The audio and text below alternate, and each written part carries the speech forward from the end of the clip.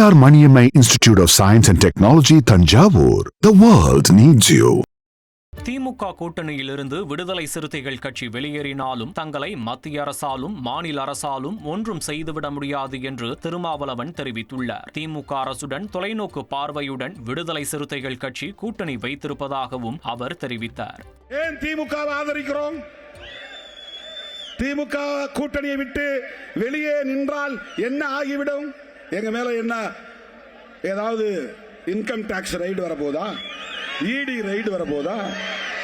வேற என்ன செய்ய முடியும் உங்களால? மாநில அரசாலும் ஒண்ணும் பண்ண முடியாது, மத்திய அரசாலும் ஒண்ணும் பண்ண முடியாது. நாங்க எதற்காக பயப்பட வேண்டும்? யாருக்காக பயப்பட வேண்டும்? என்ன நெருக்கடி?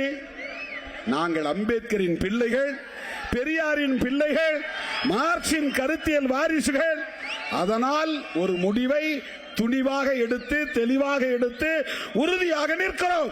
எங்களை ஓரங்கட்ட பார்த்தாலும் ஒதுக்க பார்த்தாலும் நாங்களே மையம் என்பதை நிறுவுவோம். இதுதான் எங்கள் அரசியல். திமுக அரசோடு எங்களுக்கும் இருக்கிற விமர்சனங்களை தாண்டி நாங்கள் தேர்தல் உறவை வைத்துக் கொள்கிறோம் என்று சொன்னால் அது தொலைநோக்கு பார்வையுடன் கூடிய ஒரு கொள்கை முடிவு, அவ்வளவுதான்.